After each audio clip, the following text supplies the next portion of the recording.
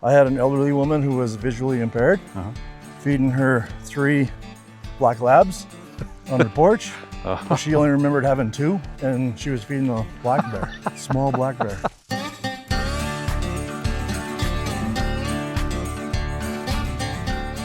Dan McClure, Dan, it's a pleasure. You want to go for a walk? Absolutely. So, is it just you, or you got a whole team? How? So in our fishing game program, there's 10 of us total. There's myself, 2 sergeants, and then the field wardens. That's to cover over 1 million acres. 1.2. How do you approach that? That's a lot of territory. Well, in the beginning, it was a little difficult, but then what I did was I broke down the reservation into 3 quadrants, if you will. Yeah. And then each warden, of the 10, there's 2 wardens per section. So we have an east section, a west section, and a south section. And then the bison range is its own thing. This is the season when tons of people show up, want to recreate. Obviously, we try to educate people to get the conservation permit. Do people understand what you try to do? Well, the ones that don't understand, we educate on the spot. So today we're walking in Mission Dam. Yeah. And in the summer seasons, with social media and all the apps that show places to camp, places to hike, and things like that, a lot of tourists that come in, they don't really understand where they're at. And I'm talking tourists from out of state. And so it's a good interaction for the most part. The toughest one, we have our toughest interactions with local folks who don't want to purchase the permit. We check everybody.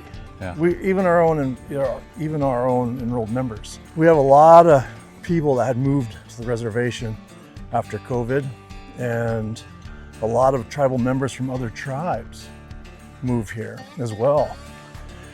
So what we had to do was make sure that our own membership is carrying their tribal IDs with them, so that we can identify them. A member from another tribe, though they're welcome here, they have to buy a permit to be on our property because they're not enrolled members of CSKT. But we're getting out here, and these guys that I have now are putting forth a huge effort. Our drive isn't to issue citations.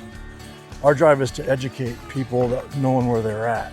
If you had to list the top 3 other challenges for you and your team. Top 3 challenges, just folks that live in towns that have bear problems, they say. It's never been the problem of the bear itself. It's the people that don't clean up after themselves in their yards and things like that. Mission used to be real bad, and now Mission's probably the community any other little town should go see what they did. They still have bears.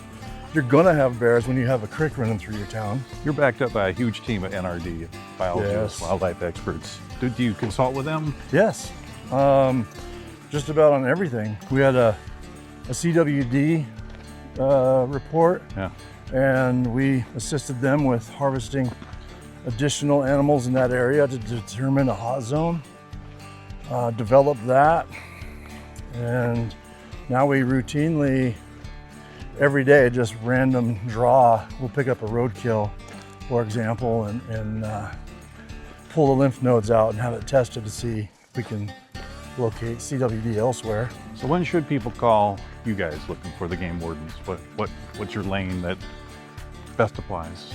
So depending on what the call is, really, if it's a bear report, we have a bear hotline.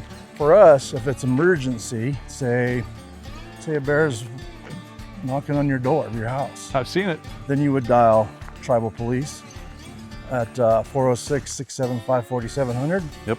And then they will they'll notify us. A quick story is, I had an elderly woman who was visually impaired, feeding her 3 black labs on her porch. She only remembered having 2. So I went to the call because her daughter lived in Seattle and she was concerned. So when I went there, told her who I was, what I was doing, and I had to help her feed the animals. So I watched as I was feeding the dog's bowl, the bear came up and laid right between the labs and she was feeding a black bear, small black bear. Buffalo Bridge, huge recreational site. Yes.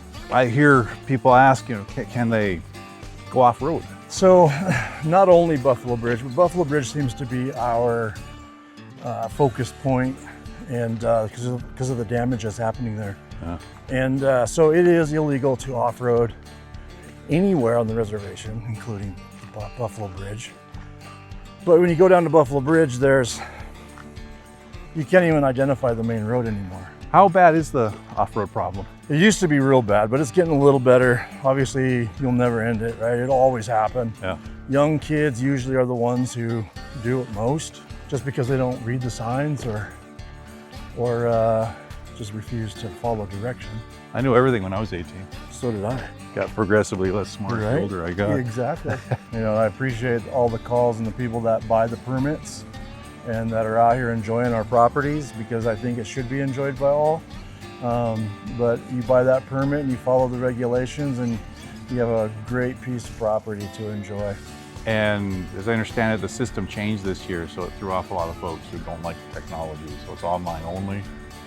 Yes. No more paper checks. And yep. There's some older generations out there that do not understand that, but I will say, if you're local, you can go to the Polson office on 406. Right behind Linderman. Then. Right behind Linderman, yeah.